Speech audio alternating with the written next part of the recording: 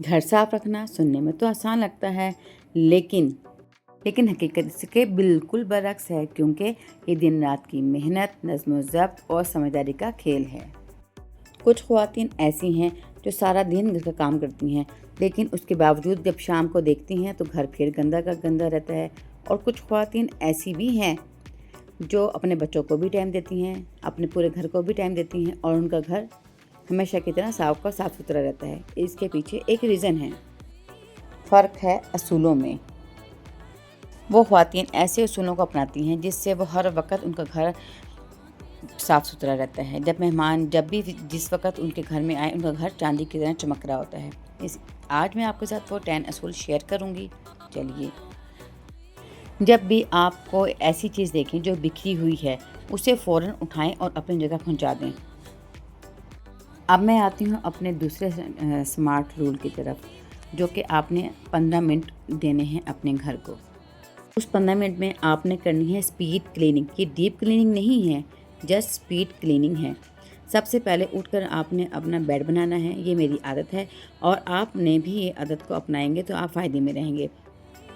अक्सर हम ये करते हैं कि हमने नाश्ता किया, नाश्ते के बाद हम बेड बना लेंगे, लेकिन ऐसा नहीं करना। सबसे पहले उठकर आपने अपने बेड को ही बनाना है। इससे आप देखेंगे आपके घर का आधा काम सिमट जाता है।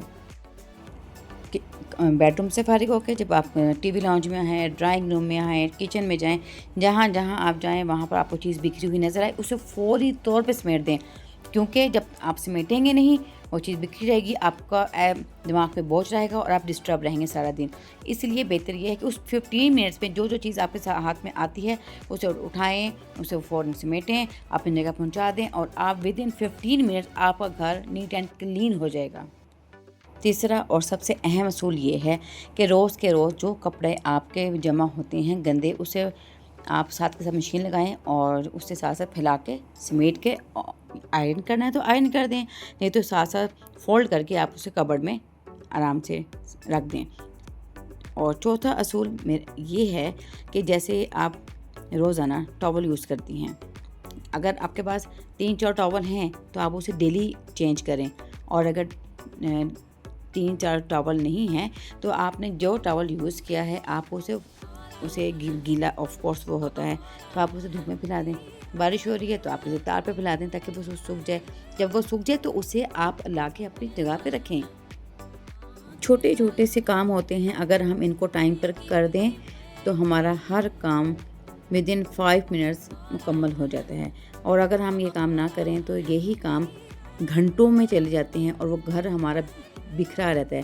और अगर कोई मेहमान आ जाए तो ऐसा लगता है जैसे कभी ज़िंदगी में अपने घर की सफाई करी ही नहीं। 5वां और अहम असूल ये है, जैसे ही आप डाइनिंग में से बर्तन उठाएं, गंदे बर्तनों को अलग करें। अगर उसमें कोई चीज़ खाने की, जैसे कोई कचरा है, कोई केले के छिलके हैं, फ्रूट के छिलके हैं, कुछ भी है, तो आप उसे फ़ौरन डस्टबिन में उसे डालें, और फिर मैले बर्तनों में डाल कर सिंक में डाल कर फ़ौरन धो दें। और अगर आपने जैसे कि कोई काम करना है, उसे फ़ौरन नहीं धो सकती, तो कम से कम आप उसे इतना कर दें कि उसे गीला कर दें, पानी जमा कर दें। जैसे ही आपको टाइम मिले फ़ौरन उसे वॉश करके आप उसे सूखने के लिए रख दें। लेकिन कोशिश किया करें कि बर्तनों का साथ के साथ हाथ मार दिया करें ताकि वो जमा ही ना हो। अक्सर जब हम कुकिंग करते हैं तो हमारा किचन बहुत गंदा हो जाता है। जब मैं कुकिंग कर रही होती हूँ तो मेरी बेटी फ़ौरन साथ के साथ ही किचन की जो शेल्फ़ होती है वो बिल्कुल साफ़ करती जाती है, और जो बर्तन होते हैं कोशिश ये होती है कि वो जमा ना हो, ताकि जब वो साथ के साथ वॉश हो जाएंगे, जमा नहीं होंगे, तो आप जब खाना पका कर फारिग होंगी, आपका खाना भी पक चुका होगा और आपका किचन भी नीट एंड क्लीन होगा। इस तरह आपका एक वक्त में 2 से 3 काम कंप्लीट हो जाएंगे, बर्तन धुल जाएंगे, खाना पक जाएगा और किचन आपका साफ़ सुथरा होगा। जैसे ही घर में आप सफाई करते हैं सुबह के टाइम, तो कोशिश क्या करें, झाड़ू दिया आपने, डस्टिंग करी, फिर आपने टाँकी मारी। ये मेरी ज़िंदगी का 7वां असूल है। अगर आप ये खुद नहीं करती हैं और आपके हाउस हेल्पर आती हैं तो आप ये काम उनसे करवाएं कि डस्टिंग लाजमी, घर के हर जगह पर डस्टिंग होनी ज़रूरी है। नहीं होगी तो आपके जो घर पर डस्ट जम जाएगी, दरवाजे ख़राब हो जाएंगे। तो ज़रूरी नहीं है कि आप साथ के साथ हर काम करते जाएं ताकि आपका घर भी साफ़ सुथरा रहे और गंदा ना हो। अब हम चलते हैं ज़िंदगी के 8वें असूल की तरफ, जो कि बहुत स्मार्ट असूल है। जैसे कि आपने हाउस हेल्पर से आई काम करवाया, उनके सर पे खड़े होकर काम करवाना है आपने। अगर आप सर पे खड़े नहीं होंगे, जितनी मर्ज़ी आपकी वो अच्छी हाउस हेल्पर हों, वो भी इंसान थक जाती हैं तो वो डंडी मार जाएंगी। तो बेहतर नहीं है कि आप साथ से उनको गाइड करें, इस तरह करके चीज़ों को उठा के करें। रोज़ नहीं, कम से कम 2 दिन बाद, 3 दिन बाद आप चीज़ों को उठवाएं और उठवा के उनसे सफाई करवाएं, ताकि आपके घर का हर कोना साफ़ हो।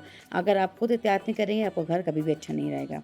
छठा और सबसे अहम असूल ये है, जब आप कुकिंग कर रही हैं, आपने देखा कि आप रोटी बनाने लगी हैं, आटा आपने देखना है कितना रह गया है। खुद गूंथती हैं तो खुद गूंथ लें, बच्चों से कहती हैं तो बच्चों को, लेकिन अपनी मौजूदगी में वो काम करवाएं। नहीं करवाएंगी, भूल भुलैया हो गई तो वो काम कभी भी नहीं होगा। फिर जब आप पकाने के लिए खड़े होंगे, आपको याद आएगा, ओहो यार आटा नहीं गूंदा हुआ, अब मैं कैसे करूं। इसी तरह 9वां असूल ये है, डेली के डेली आप अपने आप को भी तरजीह दें। कपड़े के बदले मुँह हाथ धोएं, नहाएं धोएं, अपने आप को फ्रेश रखें, खुशबू लगाएं। 10वां और अहम असूल जो सबसे इम्पोर्टेंट है, मरने के बाद सबसे ज़्यादा हमारे काम आने वाला है, और जो मैं उस पर अमल करती हूँ अल्हम्दुलिल्लाह। सुबह उठ के सबसे पहले मैं नमाज़ पढ़ती हूँ। अगर नमाज़ पढ़ने के बाद मेरे पास थोड़ा सा टाइम होता है, ज़रा सा कुरान शरीफ पढ़ती हूँ, लेकिन मेरे एक दिन का एक हिस्सा मुकर्रर कर रखा है, बेशक मैं 10 मिनट दूँ, लेकिन मैं कुरान पाक को सिर्फ अरबी नहीं पढ़ती। मैं और मेरी बेस्ट फ्रेंड कुरान पाक को तर्जुमा और तफसीर के साथ पढ़ते हैं। हम दोनों बेस्ट फ्रेंड्स डेली की बुनियादों पर अल्हम्दुलिल्लाह कुरान पाक को तर्जुमा के साथ पढ़ते हैं, फिर उसकी हम तफसीर पढ़ते हैं। आप भी कोशिश करें कि अपनी ज़िंदगी में कुरान पाक को तर्जुमे के साथ पढ़ें और तफसीर के साथ लाजमी पढ़ें, ताकि हमें समझ में आए कि अल्लाह ताला ने कुरान पाक में क्या हुक्म दिया है, किस चीज़ से मना किया है, किस चीज़ का करने का हुक्म दिया है। और नमाज को अपनी ज़िंदगी का लाजमी जुज़ बनाएं। लाजमी 5 वक्त की नमाज़ पढ़ें। अगर आप बैठ के नहीं पढ़ सकते तो लेट के पढ़ें, लेट के नहीं पढ़ सकते तो इशारे से पढ़ें, लेकिन आप प्लीज़ नमाज लाजमी पढ़ें। अल्लाह ताला हम सबको 5 वक्त का नमाजी बनाए और नेक और अच्छे काम करने की हमें तौफीक अता फरमाए। जो हमसे कभी ज़िंदगी में कोई भूल चूक हो जाए, उसको भी अल्लाह ताला हमसे दरगुजर फरमाए। अल्लाह हमसे राज़ी हो जाए, कुरान पाक हमें पढ़ने, समझने और समझाने की तौफीक अता फरमाए, और कुरान पाक पर अमल करने की तौफीक अता फरमाए। जो सिलसिला मैंने और मेरी दोस्त ने शुरू किया है, अल्लाह ताला से दुआ है कि अल्लाह ताला हमारे बच्चों को भी उसका आदी बना दे अल्हम्दुलिल्लाह, हमें उस पर गामज़न रहने की तौफीक अता फरमाए कि हम उस पर कायम रहें।